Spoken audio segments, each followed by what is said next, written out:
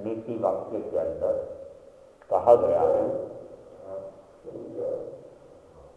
प्राप्तव्यम अर्थ लगते मनुष्यो देवोपि तम लंघयन्तु न शक्तः, कि जो कुछ मनुष्य प्राप्त करता है वह अपने भाग्य से ही प्राप्त करता है, और देवताओं में भी किसी के भाग्य के बिना देने की क्षमता नहीं है। देवता भी दे सकता है, लेकिन कब? जब व्यक्ति के भाग्य में हो। कोई बाद में मिलने वाला है, देवता उसे कर्मों को आगे पीछे करवाकर पहले तो दे सकता, लेकिन भाग्य में ही नहीं है तो देवता भी चाहकर भी सहायता नहीं कर सकता है।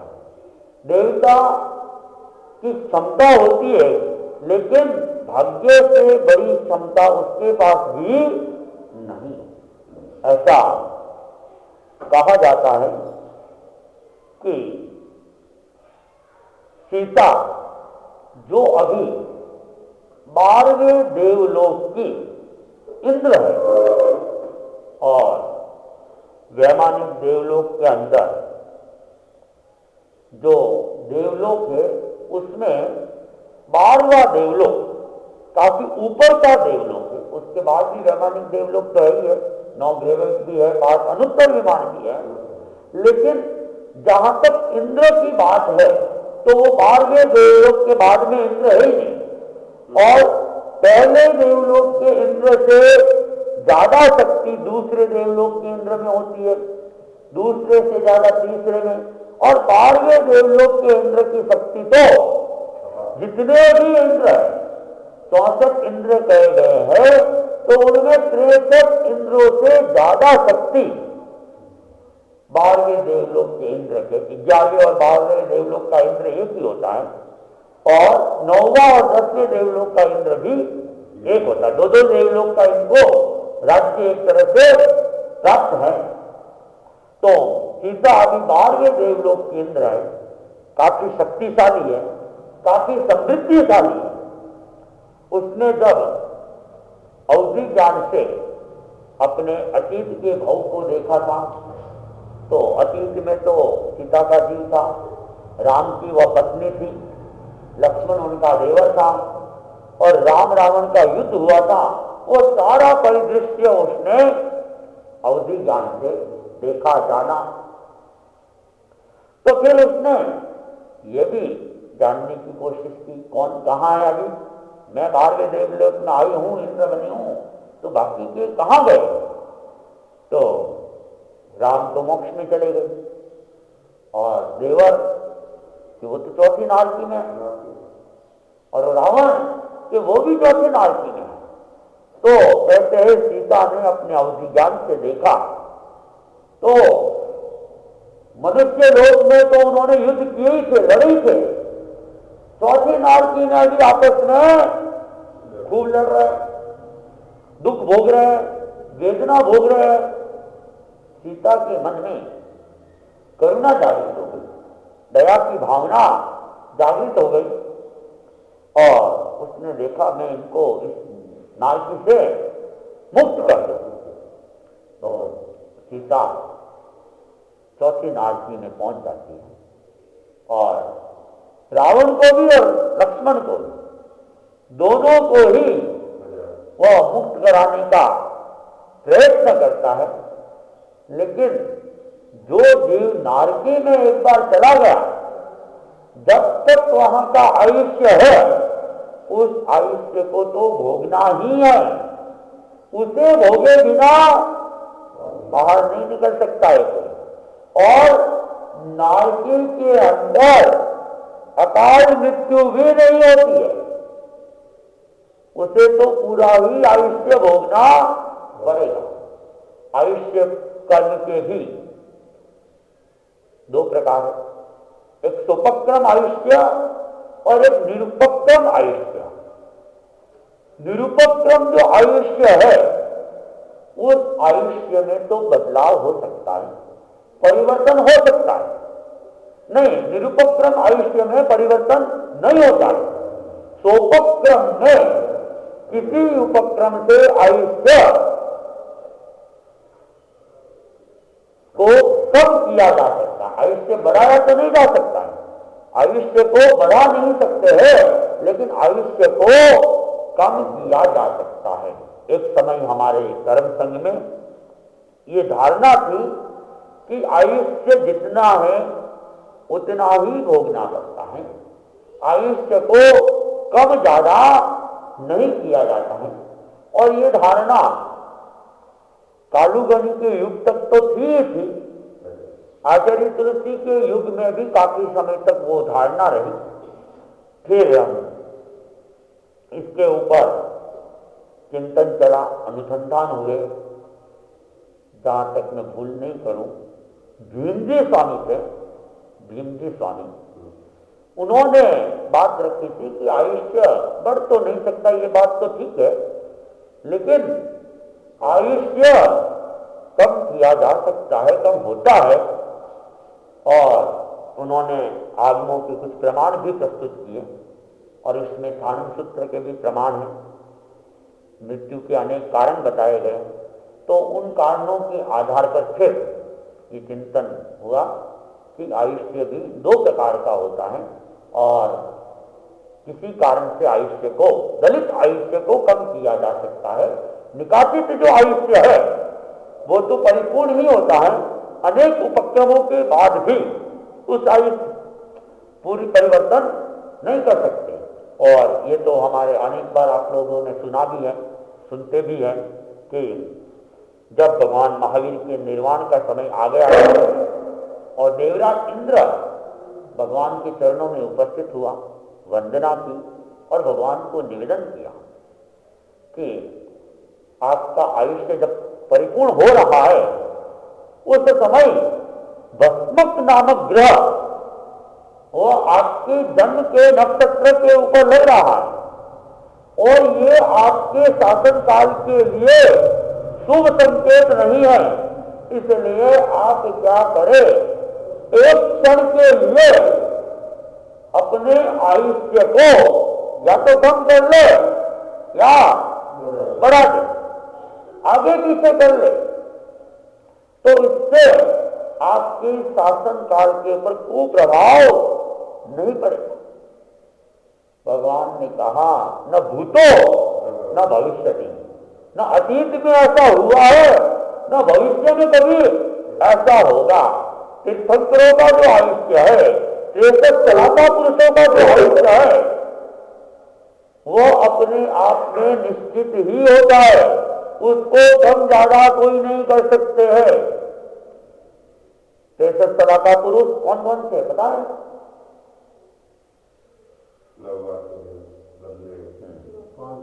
24 तीर्थंकर, 12 चक्रवर्ती, 9 बलदेव, 9 वासुदेव और 9 प्रतिवासुदेव। इनका आयुष्य आगे पीछे नहीं होता है। एक योगिकों का आयुष्य आगे पीछे नहीं होता है। एक अच्छेरा जरूर हुआ था, अच्छेरा हुआ था, बाकी योगिकों का आयुष्य भी आगे पीछे नहीं होता है। देवताओं का आयुष्य आगे पीछे नहीं होता है, और नारकी का आयुष्य वह भी आगे पीछे नहीं होता है। तो इनके आयुष्य निश्चित ही होते हैं, निकासित आयुष्य का बंधन होता है। फिर हम कहते हैं कि प्रतिवासुदेव है, प्रतिवासुदेव को तो क्या करते, वासुदेव मारते। कृष्ण ने जरासंध को मारा था, लक्ष्मण ने रावण को मारा था। ये फिर कैसे घटित हुआ? ये भी एक नियति है, नियति है कि उनकी मृत्यु वासुदेव के हाथों से ही होनी है, और वासुदेव के हाथों से होनी है। और जब उनके आयुष्य का समय पूरा होगा तभी वो मृत्यु होगी, और मृत्यु के बाद में उनको नरक में ही जाना है, ये भी निश्चित है। वासुदेव और प्रतिवासुदेव ये मरने के बाद में नरक में ही जाते हैं। उनके अलावा उनकी कोई गति नहीं है। इनके आयुष्य का बंधन भी उसी समय में होगा जब वे नरक के आयुष्य के बंधन के योग्य कर्मों को इकट्ठा कर लेते हैं। तो और प्रतिवासुदेव की मृत्यु कौन से शस्त्रों से होती है? किस शस्त्र से मृत्यु होती है?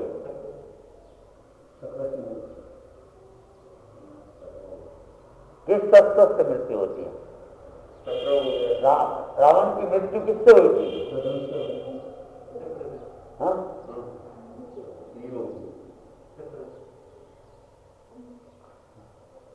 और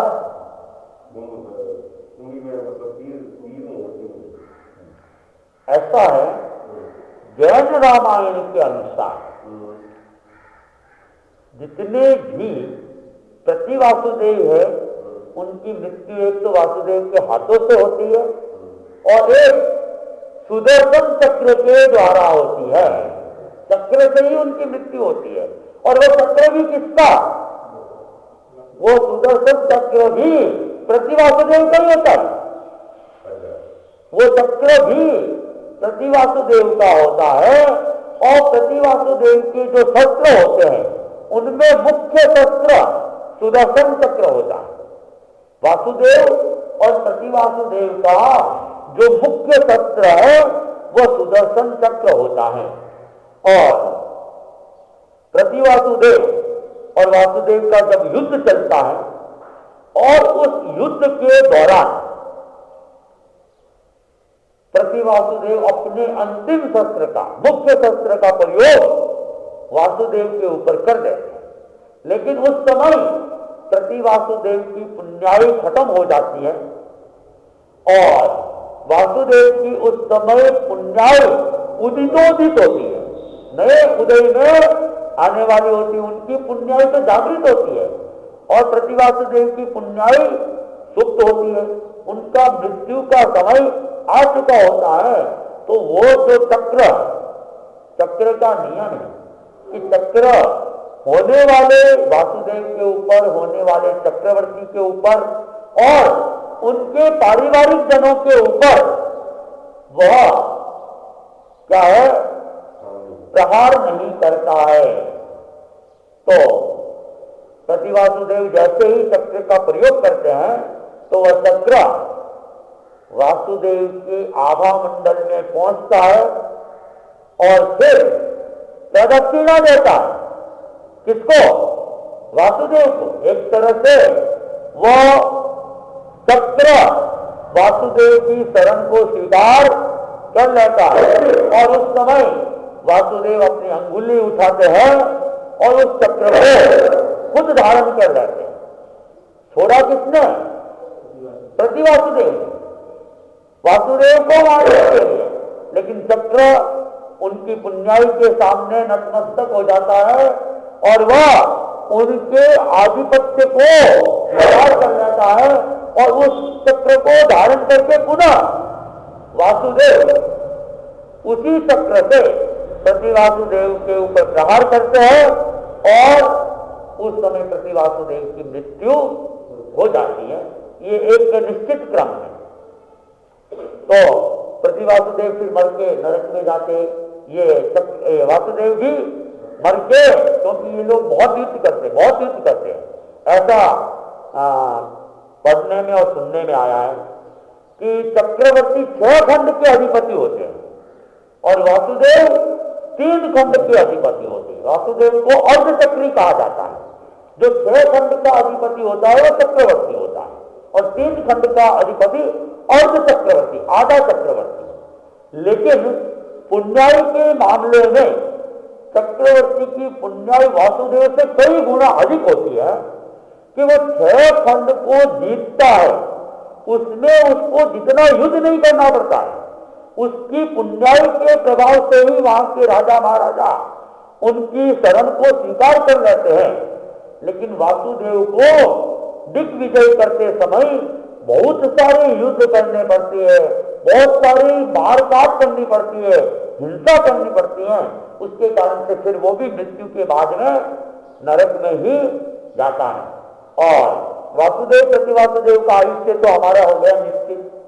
और बलदेव का नियम होता है, वह वासुदेव की मृत्यु के बाद में दीक्षा लेते हैं। पहले तो कहते हैं कि वो महाफूल हो जाते हैं, वासुदेव की मृत्यु बहुत उनके लिए असहनीय जैसी स्थिति हो जाती है। और लक्ष्मण की कहते हैं लाश को लेकर राम 6 महीने तक घूमे थे, और बलभद्र जी भी वासुदेव की कृष्ण की लाश को लेकर 6 महीने तक घूमे थे कि देवताओं ने, मित्र देवों ने उनको आके उपदेशित किया, प्रेरित किया, तब उन्होंने माना कि इनकी मृत्यु हो गई है, अंतिम संस्कार करते हैं। फिर उनको वैराग्य हो जाता है और वे दीक्षा ले लेते हैं। और जितने भी बलदेव होते हैं ये निश्चित ही दीक्षा लेते हैं, साधु बनते हैं और साधना करते हैं, और उसके बाद में या तो वे देवलोक में जाएंगे या फिर मोक्ष में जाएंगे, ये भी निश्चित है। और चक्रवर्ती के लिए अगर वो चक्रवर्ती पद के ऊपर मृत्यु को प्राप्त करता है, उस पद को नहीं छोड़ता है, तो निश्चित ही नारकी में जाता है। 7वीं नारकी तक कहीं भी जा सकता है, पहली, दूसरी, तीसरी, चौथी, 5वीं। और अगर वो चक्रवर्ती पद को छोड़ देता है और दीक्षा स्वीकार कर लेता है, तो उनके लिए 2 गति रहती है, या तो स्वर्ग में जाएंगे या फिर मोक्ष में जाएंगे। भरत चक्रवर्ती थे, तो भरत चक्रवर्ती तो मोक्ष में चले गए, और भी कई चक्रवर्ती मोक्ष में भी गए, कुछ चक्रवर्ती स्वर्ग में भी गए। और 12 चक्रवर्ती में से 2 चक्रवर्ती 8वें और 12वें ये संभवतया नारकी के अंदर गए थे। तो चक्रवर्ती का दोनों ही तरह की सदगति भी हो सकती है, 7वीं नारकी तक भी जा सकते, मतलब पहली दूसरी से कहीं भी जा सकते। 2 चक्रवर्ती नारकी में गए, 2 नारकी में गए हैं, और कुछ चक्रवर्ती मोक्ष में चले गए, कुछ शुभम चक्रवर्ती और ब्रह्मदत्त चक्रवर्ती संभवतया ये दोनों नारकी में गए। शुभम और ब्रह्मदत्त चक्रवर्ती ये नारकी में गए हैं, और भरत चक्रवर्ती मोक्ष में गए, ये तो आता ही है। और भी कुछ चक्रवर्ती मोक्ष में और कुछ स्वर्ग में।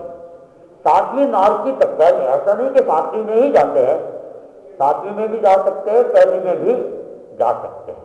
और अब रह गए 63 सलाकू पुरुष में तीर्थंकर भगवान। जो तीर्थंकर भगवान है वे निश्चित ही मोक्ष में ही जाएंगे, उनके अलावा उनकी कोई गति नहीं है। स्वर्ग में भी नहीं, नरक में भी उनको स्थान नहीं है, कहीं भी उनको स्थान नहीं है। और जो योगलिक होते हैं, योगलिक मर के देवलोक में ही जाते हैं। योगलिक धर्म त्याग तो नहीं करते हैं, लेकिन उनकी देवगति ये निश्चित होती है। तो ये 63 सलाका पुरुष और ये योगलिक होगी, ऐसे इनकी गति लगभग निर्धारित होती है। आयुष्य भी इन लोगों का निर्धारित होता है।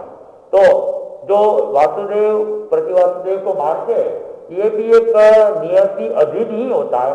उनकी आयुष्य पूरा करने का कारण और समय वो सब निर्धारित होता है, और उसी के अनुरूप उनकी मृत्यु होती है।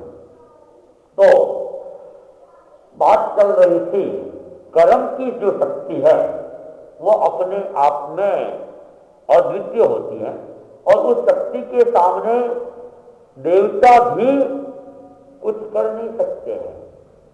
जहां निकासित है वहां देवता चाह कर भी नहीं कर सकते, लेकिन जहां दलित है वहां देवता सहयोग भी कर सकते हैं, सहायता भी कर सकते हैं। तो एक घटना आती है कि एक बार 2 देवता आपस में चर्चा कर रहे थे, और उन 2 देवताओं में एक सम्यक दृष्टि देवता था और एक मिथ्या दृष्टि देवता था।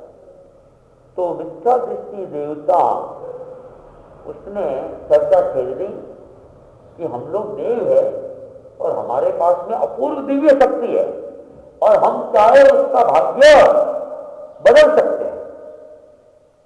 तो जो सम्यक दृष्टि देवता था, उसकी दृष्टि ही सम्यक थी, सोच सम्यक थी, चिंतन सम्यक था, तो उसने उस देवता की बात को स्वीकार नहीं किया और बात को काटते हुए कहा नहीं, ऐसा नहीं हो सकता है।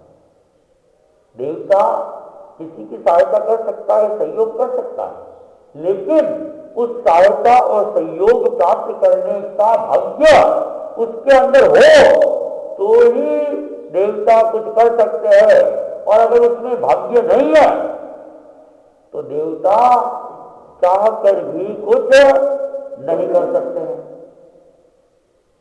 अब जैसे मनुष्य में भी वाद विवाद चलते रहते हैं, देवी देवताओं में भी वाद विवाद चल जाते हैं। मिथ्या दृष्टि देवता अपनी बात पे अड़ गया, सम्यक दृष्टि देवता उस बात को मान नहीं रहा था, तो दोनों में उस पर काफी विवाद चला। फिर सम्यक दृष्टि देवता ने कहा कि तुम कह रहे हो, और विवाद करने से तो कोई हल होने वाला नहीं है, तुम्हारी अपनी सोच है, मेरी अपनी सोच है, अपन ऐसा करते परीक्षा करके देख लेते। तो मिथ्या दृष्टि का हाँ ठीक है, परीक्षा करके देख। तो वे दोनों ही मनुष्य लोक में आ जाते हैं। तो मनुष्य लोक में आते हैं तो सम्यक दृष्टि देवता ने देखा एक परिवार, जाटनी और जाटनी का बेटा खेत की ओर जा रहे, तो उसने अपने अवधि ज्ञान से देखा, तो उसको लगा ये भाग्यहीन है, इसके भाग्य में कुछ लिखा हुआ नहीं है, इसके तो कर्मों का उदय ही उदय चल रहा है, अशुभ कर्मों का उदय चल रहा है। तो उससे सम्यक दृष्टि देवता ने मिथ्या दृष्टि को देवता को कहा कि तुम कहते हो हम किसी के भी भाग्य को बदल सकते हैं, ये जो जाट का परिवार है ये भाग्यहीन है, और मेरी दृष्टि में इसके भाग्य को कोई बदल नहीं सकता। अगर तुम इसके भाग्य को बदल के बता दो तो मैं मान जाऊंगा। मिथ्या दृष्टि देवता अहंकार, देखो मैं अभी कुछ करता हूं, और वे खेत की तरफ जा रहे थे।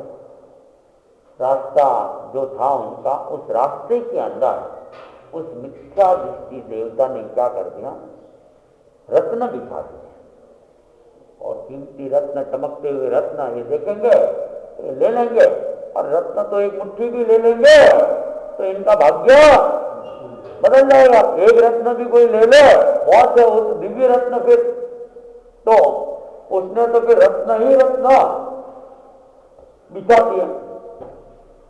अब वो जाटनी का परिवार जो खेत में जा रहा था, वो रास्ते में मौन तो थे नहीं, बातें करते करते जा रहे थे। तो कहते हैं कि उस समय उनके दिमाग में एक कुबुद्धि जागृत हो गई, और चर्चा करते करते जाते जाते एक बार उनको चोट लग गई, ठोकर लग गई। तो पहले तो उस दर्द को ठीक किया, फिर सोचने लगे अभी अपन आंखें ठीक है, और आंखें ठीक है फिर भी ठोकर लग गई, कल को अगर अपन अंधे हो जाएंगे तो अपन चल सकते हैं कि नहीं चल सकते हैं, इसलिए अभी से अपने को क्या है, अभ्यास कर लेना चाहिए। तो तीनों ने कहा कि ठीक है ठीक है। तो तीनों ने क्या कर दिया, अपनी आंखों के ऊपर पट्टी बांध दी, जैसा आंखों के ऊपर पट्टी बांध ली, और हाथों को ऐसे करते करते कि कहीं सामने पेड़ वगैरह नहीं आ रही, रास्ते में जंगल वगैरह था, तो वे अब चलने लगे, और चलते चलते चलते जा रहे थे। जहां रास्ते में देवता ने वो रत्न बिछाए हुए थे, वो रास्ता भी आ गया, और उन रत्नों के ऊपर पैर रखकर वे चलते रहे। अब वो रत्न चुप भी रहे थे, तो उसने देखा आज क्या बात है, रास्ते में आज पत्थर भी पत्थर किसने बिछा दिए। उनको ये पता नहीं था पत्थर है, आंखें तो पट्टी बंधी हुई थी तो देख भी नहीं सकते, और वे तो उन पत्थरों के ऊपर भी चल के निकल गए। थोड़े बहुत चुके होंगे और तो क्या होना, तो ज्यादा तो इतना ज्यादा भी नहीं था। तो वे चलते चलते चलते काफी आगे निकल गए और आगे निकलने के बाद तीनों रुके, फिर पट्टी खोली क्या हाँ हाँ, अगर एक बार आंखें भी चली जाएगी तब भी क्या है, कोई दिक्कत नहीं, अपन अपना काम तो निकाल ही देंगे। अब कहते हैं जब भाग्यहीन व्यक्ति होता है तो कोई अवसर प्राप्त भी हुआ होता है, लेकिन व्यक्ति की उस समय कुबुद्धि जागृत हो जाती है और प्राप्त अवसर का भी लाभ नहीं ले सकते। तो वो सम्यक दृष्टि देवता है उसमें आगे और काम कर लिया तो उन्हें भाग्य बदल दिया, बिछा दिए रत्न, क्या हुआ। तो वो देवता फिर भी मानने के लिए तैयार नहीं था। मिथ्या दृष्टि व्यक्ति की सोच मिथ्या होती है और वे पूरे जिद्दी भी होते हैं, आग्रही होते हैं, वे आसानी से किसी की सही बात को मानते नहीं। हाँ, तो फिर उसने कहा ठीक है, मैंने इसके रत्न में और इन्होंने आंखें बंद करनी नहीं मिला, लेकिन मैं इनको प्रत्यक्ष वरदान देके मैं इनके भाग्य को बदल सकता हूं। तो सम्यक दृष्टि का ये भी प्रयोग करके देख लो, कोई हर्ज नहीं है।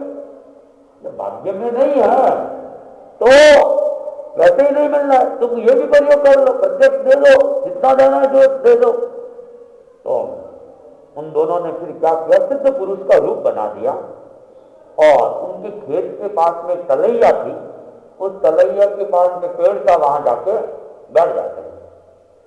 तो दिन में वो रागनी थी, वो पानी लेने के लिए उस तलैया के पास में आती है, तो देखती पेड़ के पास चबूतरा है, सदा में भी चबूतरा पेड़ है, वैसे ही वहां भी चबूतरा था। तो उसके ऊपर कोई नए आदमी थे, शहरों में तो कोई पूछता नहीं कौन आया कौन गया कौन नहीं, लेकिन गाँव में तो क्या है, कोई आ जाता है तो जानकारी भी कर लेते कौन हो क्या है, परिचय भी कर लेते।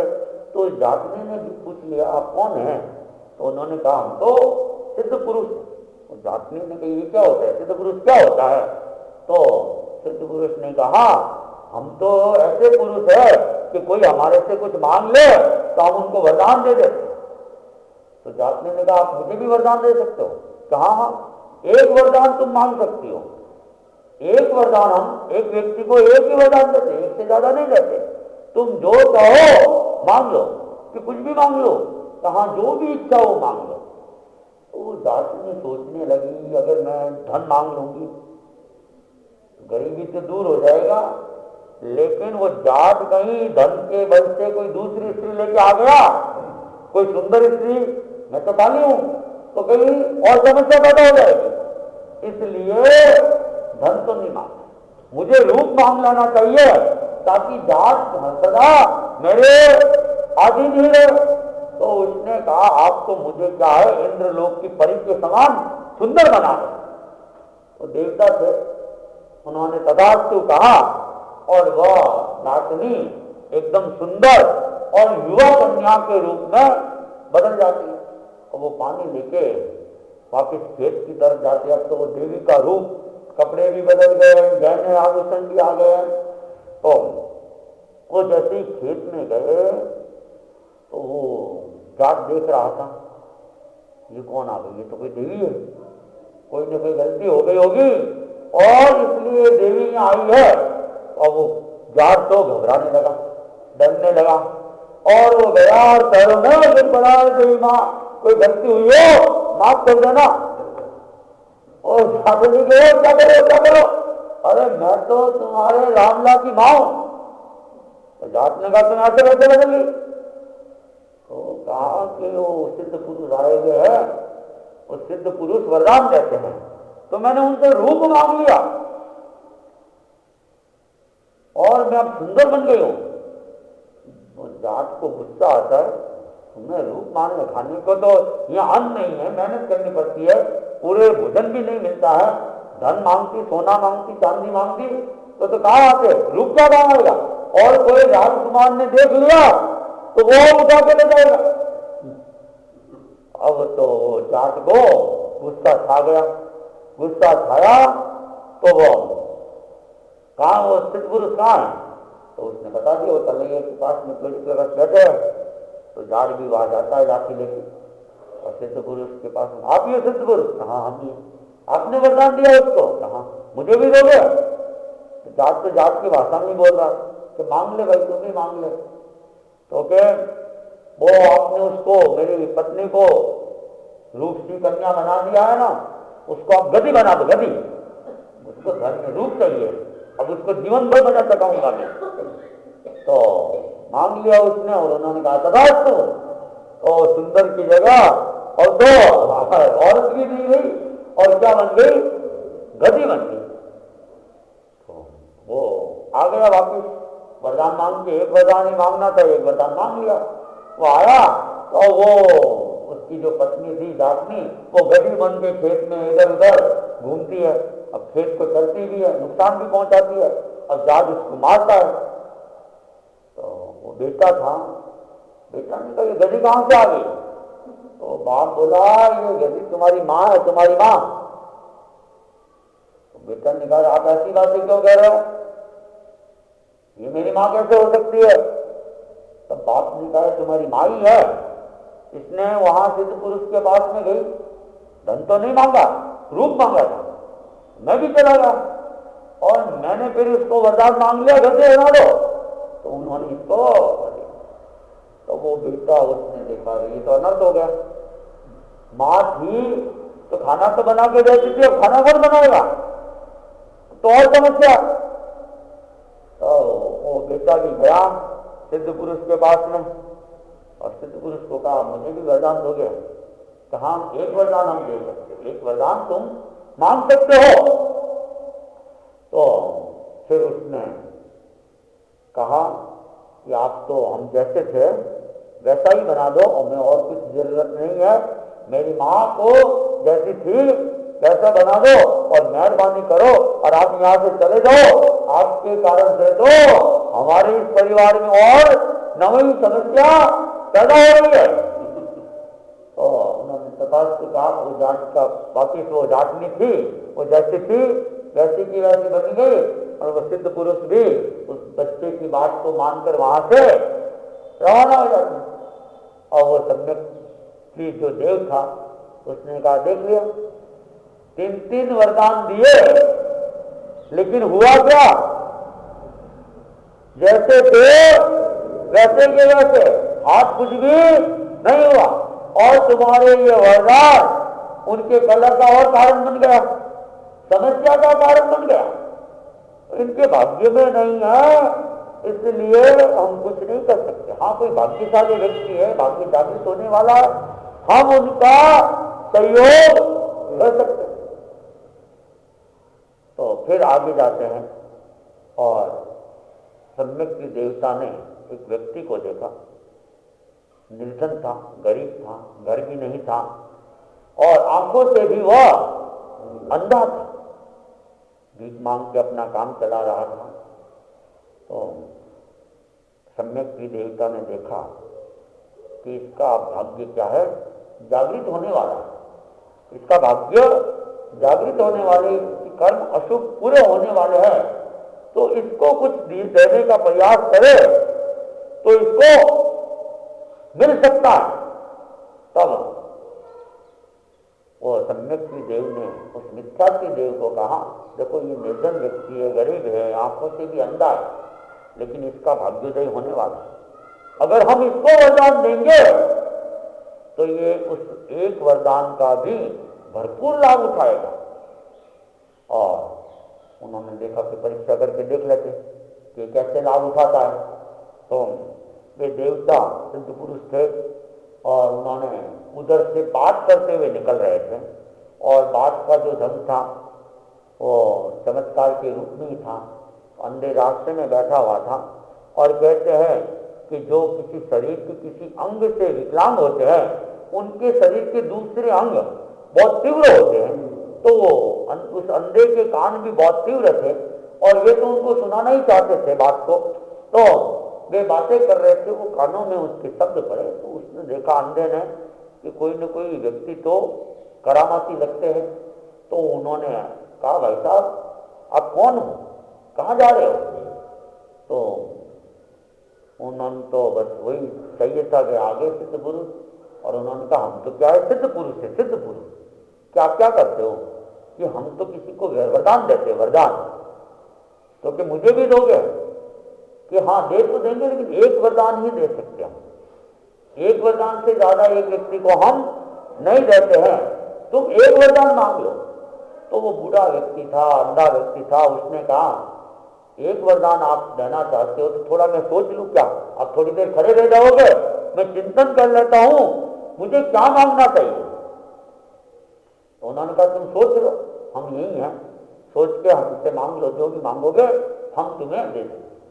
तो वो बूढ़ा और व्यक्ति सोचने लगा कि अब मैं धन मांग लूंगा तो मैं तो अंधा हूं, कोई लूट के ले जाएगा, और आंख मांग लूंगा तो दिखने तो लग जाएगा, लेकिन रहूंगा तो निर्धन का निर्धन, काम तो वैसे ही चलाना चाहिए। तो मुझे क्या मांगना चाहिए? एक ही चीज में मुझे सब कुछ मिल जाए। तो उसने सोचना चालू किया, दिमाग लगाया, और चिंतन करने के बाद सिद्ध पुरुष को कहा मैं आपसे एक वरदान मांग लो? कहा मांग लो। तो उसने कहा कि मैं अपने पोते पोतियों को सोने के थाल के अंदर भोजन करता हुआ देखूं, ये मेरी एक इच्छा है, आप मेरी एक इच्छा पूरी करना। तो देवता भी बड़े सोच में पड़ गए, चक्कर में पड़ गए, ये जोरदार है, एक में ही इसने तो सब कुछ मांग लिया कि अभी तो ये अकेला है, इसकी खुद की शादी नहीं हुई है, तो शादी नहीं हुई है तो पोते पोती कहां से आएंगे? पहले तो इसकी शादी होगी, बेटा होगा, फिर पोते पोती आएंगे, और फिर सोने की थाली में, तो सोने की थाली में तो भोजन कौन करेगा? कोई समृद्धिशाली व्यक्ति होगा, वही सोने के थाल कटोरे के अंदर भोजन करेगा। सामान्य व्यक्ति के तो सोने के थाल ही नहीं होगा, रोज भोजन वो क्या करेगा? तो इसने इस सोने के थाल के बहाने क्या है, धन भी मांग लिया, और देखो आंखों से तो अंधा है तो देखेगा कैसे? तो इस बहाने पोते पोतियों के देखने के बहाने इसने क्या किया, आंख भी मांग ली। तो इसने तो एक वरदान को ही अच्छे से भरपाई करवा ली। तो सिद्ध पुरुष ने उनको तथास्तु कहा, और तथास्तु कहते ही उसके नेत्र की ज्योति प्रकट हो जाती है, देखने लग जाती है, और देवता ने उनको भरपूर धन दे दिया, क्योंकि धन होगा तो शादी भी हो जाएगी, मकान होगा, और फिर पोते पोतियों की बात भी आ जाएगी। तो देवताओं ने उन्हें धनवान भी बना दिया, मकान भी हो गया। तो एक वरदान देवताओं का उसके लिए तो पर्याप्त हो गया, और जीवन भर के लिए उसको सुखी भी बना गया।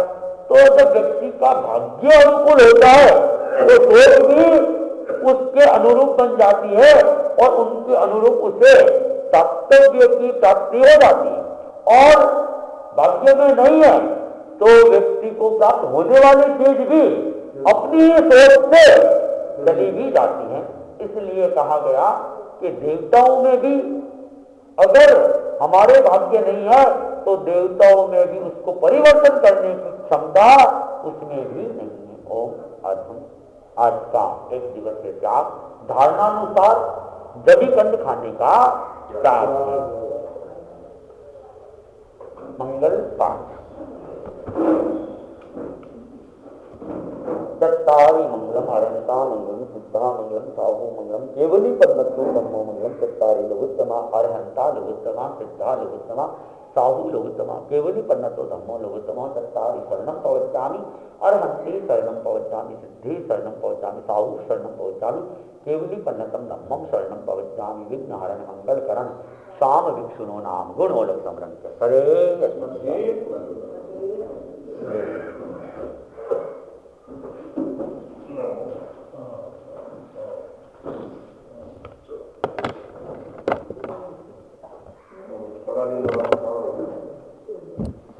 नदी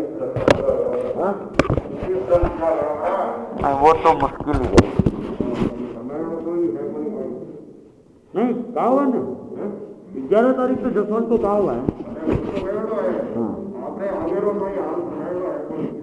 हाँ वो तो क्या पता।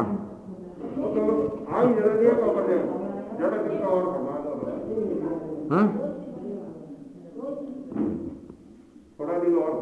देखते अभी देखो कल मर्यादा हाँ कल अब तो अभी तो मुश्किल लग रहा है। अभी तो 11 तारीख को तो जसवाल का एक बार कहा हुआ ही है। तबीयत 2 दिनों से थोड़ी ठीक है, ब्लड प्रेशर की भी है, चक्कर वगैरह भी आ रहे हैं। वर्षित तक तो है।